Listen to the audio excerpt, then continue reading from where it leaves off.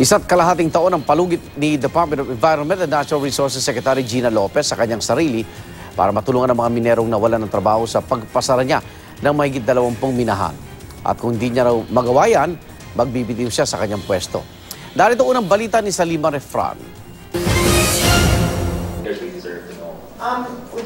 Nakahanda raw magbitiw sa kanyang pwesto si DNR Secretary Gina Lopez kung mabibigo siyang matulungan at masuportahan ang mga minerong nawalan ng trabaho.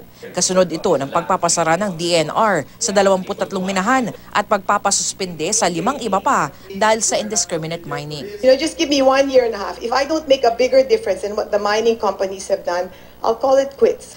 Sa pagdinig ng Senate Committee on Labor, Employment and Human Resources Development, giniit ni Lopez na kaya ng pamahalaan na mabigyan ng kabuhayan ang nasa libo-libong nagtatrabaho sa mining sites. And my intention with this 8 billion pesos is to create ecological economic zones, which in fact creates jobs. In a few weeks, I have the head of the Green Climate Fund coming over, and they have agreed to give us $100 million every year.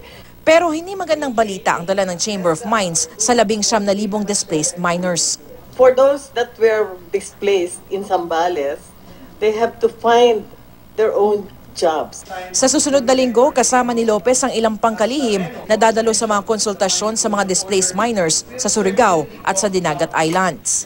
Ang Chamber of Mines naman, balak gamitin ng executive order tungkol sa freedom of information para pilitin ng DNR na ilabas ang impormasyon tungkol sa isinagawang mining audit na naging basehan ng closure order. We in the Chamber are bent on obtaining the data.